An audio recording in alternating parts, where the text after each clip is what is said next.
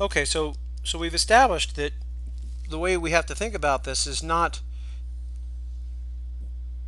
that light is either a particle or a wave, and the same thing goes for electrons, for example, any quantum particle.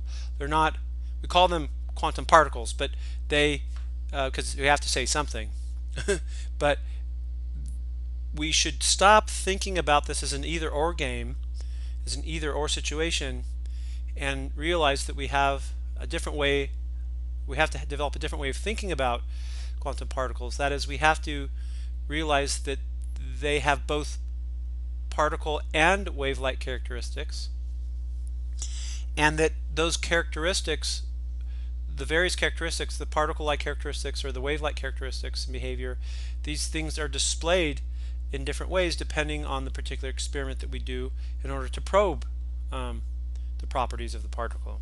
Okay.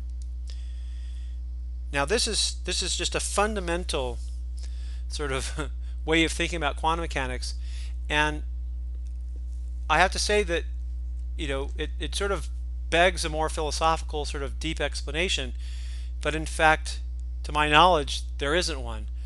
People have spent, incredibly smart people have spent a lot of time and energy thinking about this kind of issue. What is a photon? What is an electron? And there is no sort of fundamental underlying principle which gives us any other insight than just to say that sometimes it displays wave-like behavior and sometimes it displays particle-like behavior. Now I mentioned that we would get back to discussing what this quantity phi is, phi 1, phi 2 in the double slit experiment for the particle, for the electrons. Okay, so again, what we have is that the probability of detecting an electron in a particular place along our detector, if you remember, when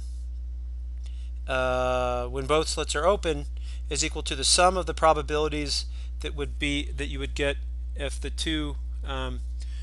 So this is the sum of the probabilities that you would get if the two slits were open, P1 plus P2. If one slit was closed at a time. So if we close slit number 2, then we would get probability distribution P1 or phi 1 squared. If we close slit number 1, we would get probability distribution P2 phi 2 squared. And then we get also the cross term, the interference term, phi 1 phi 2 cosine delta. Now, if we make so again, we're trying to figure out what phi 1 and phi 2 are. Now, if we think back to our water wave experiment, okay, then we remember that we had just the same mathematics, and there, in the water wave experiment, the quantity which corresponds to phi 1 and phi 2 were just the height of the water wave, the amplitude of the water wave.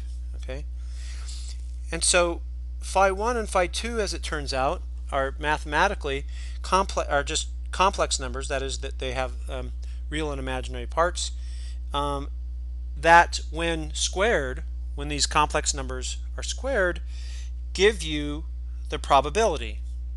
So for example, when you square phi 1, you get the probability of finding the electron when only slit 1 is open.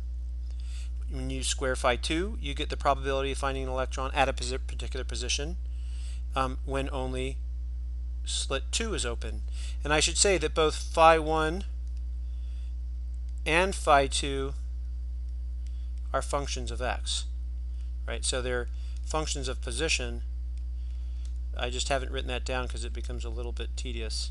Okay, so that makes sense. So the probability, obviously, of finding an electron varies as a function of the distance along the detector, and so the amplitude must also vary. And so we basically identify via the analogy with a wave, like with a water wave, we identify phi 1 and phi 2 as phi 1 and phi 2 as probability amplitudes. Okay, so they're amplitudes in the sense that if you square them, you get the probability.